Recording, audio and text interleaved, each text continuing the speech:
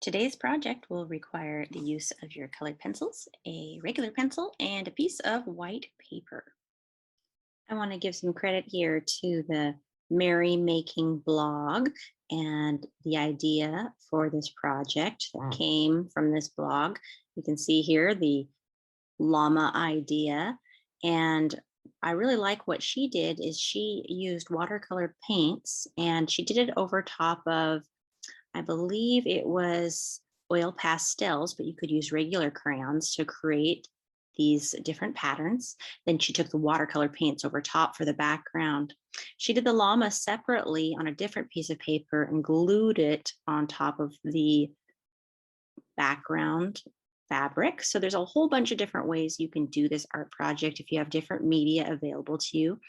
Be creative and do your own method, but here's some pretty cute ones that they came up with. Hi class, it's Mrs. Latinsky. Today's art project is going to focus on the artwork in a country called Peru that's in South America. This art form is really old. It started around 10,000 years ago. It's a form of weaving, which creates all kinds of fabric materials like clothing and decorative items as well in bright, colorful forms. It's made in the mountainous region of the Andes and often uses materials from sheep and also the fur of a local important animal called the llama, also the alpaca, which is a relative of the llama. The people there still continue to make this ancient art form and hand create these fabrics by dyeing them with local vegetable materials into these really bright and gorgeous colors that I want to experiment with and weave them into gorgeous designs. In today's art project, we're going to be talking about the element of art color because how could we talk about it with these vibrant colors in these artworks? And we're also going to be talking about the principle of design pattern because there's a lot of patterns repeated in their textiles. Here's an example from the Amana Museum in Lima, Peru. This particular example, it's around 2,000 years old. It's woven alpaca or llama wool. It's been dyed all these natural colors that you can still see in the designs that people make in the traditional forms today. Notice how vibrant these colors are and intense they are. Intensity is the amount of pigment in the color and how bright and bold it is, and their colors are so bright and bold. So I first want to share Grace's example with you of a llama. What we have here is just the head and neck of a llama. In the foreground and the background, we have that really elaborate Peruvian fabric, and she actually gave little tassels to hers and didn't fill the whole page, which was really clever.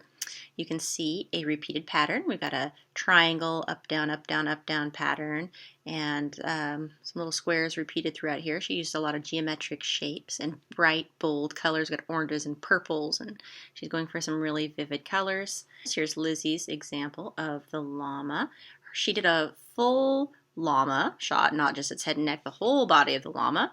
And we're going to separate this paper in landscape orientation into eighths. We do this by drawing a line down the center of the paper. A ruler helps make it straight, but if you don't have one, that's okay. And we take those halves, we divide those into halves, and create quarters.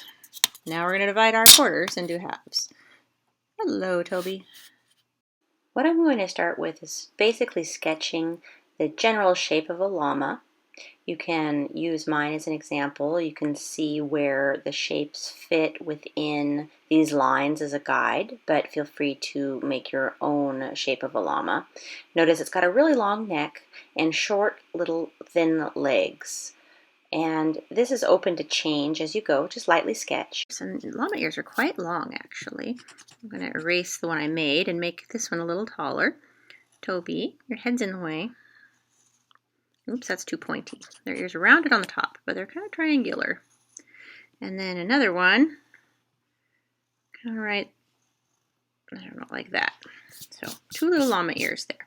Now, you can make a big complex eye for this llama if you want, or Toby.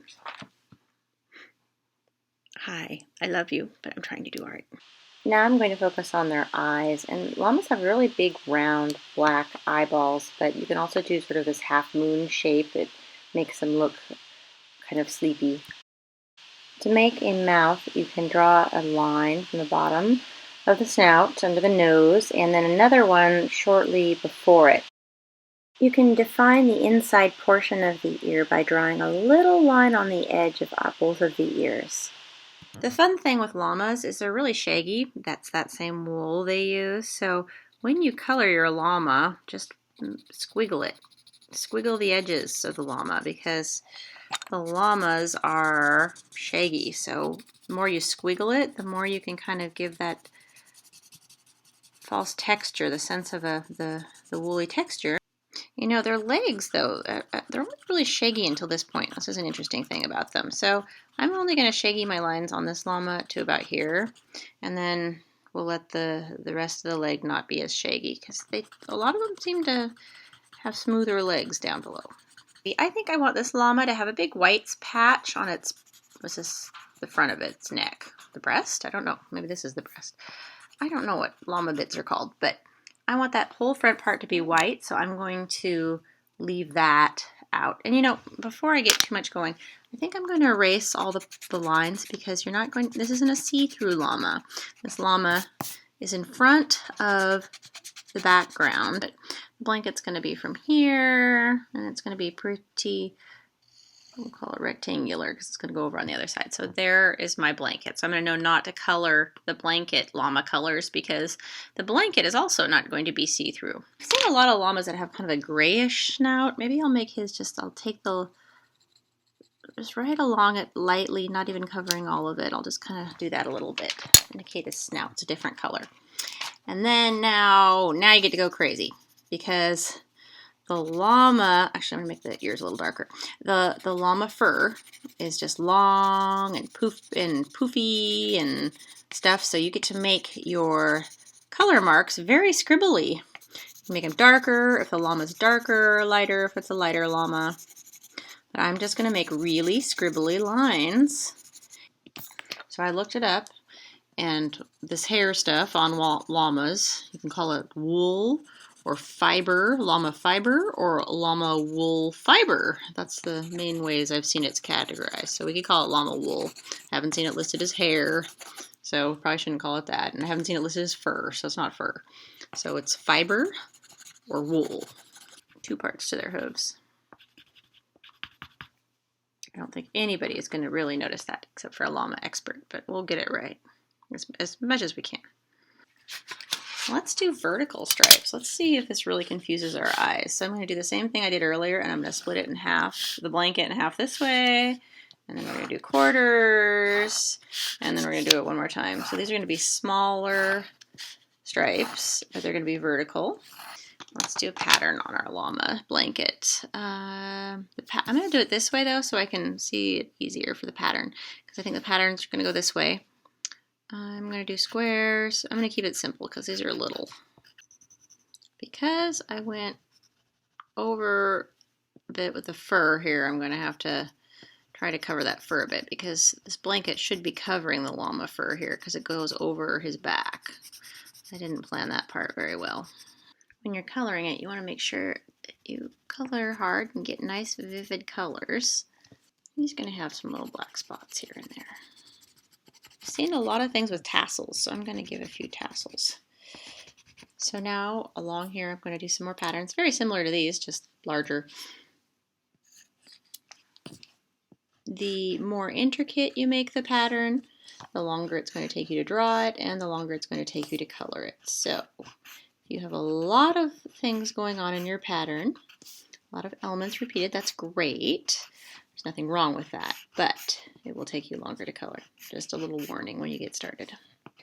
Here's a tip. I find it's much easier to take a lighter color if you have a pattern and make the background the lighter color and then just scribble over the whole background and then go over top later with your darker color. It saves you a lot of time than having to color in between each little element. And there's our llama. Thanks for doing art with me today. I hope you enjoyed learning about Peruvian art and also a little bit about their local animal, the llama.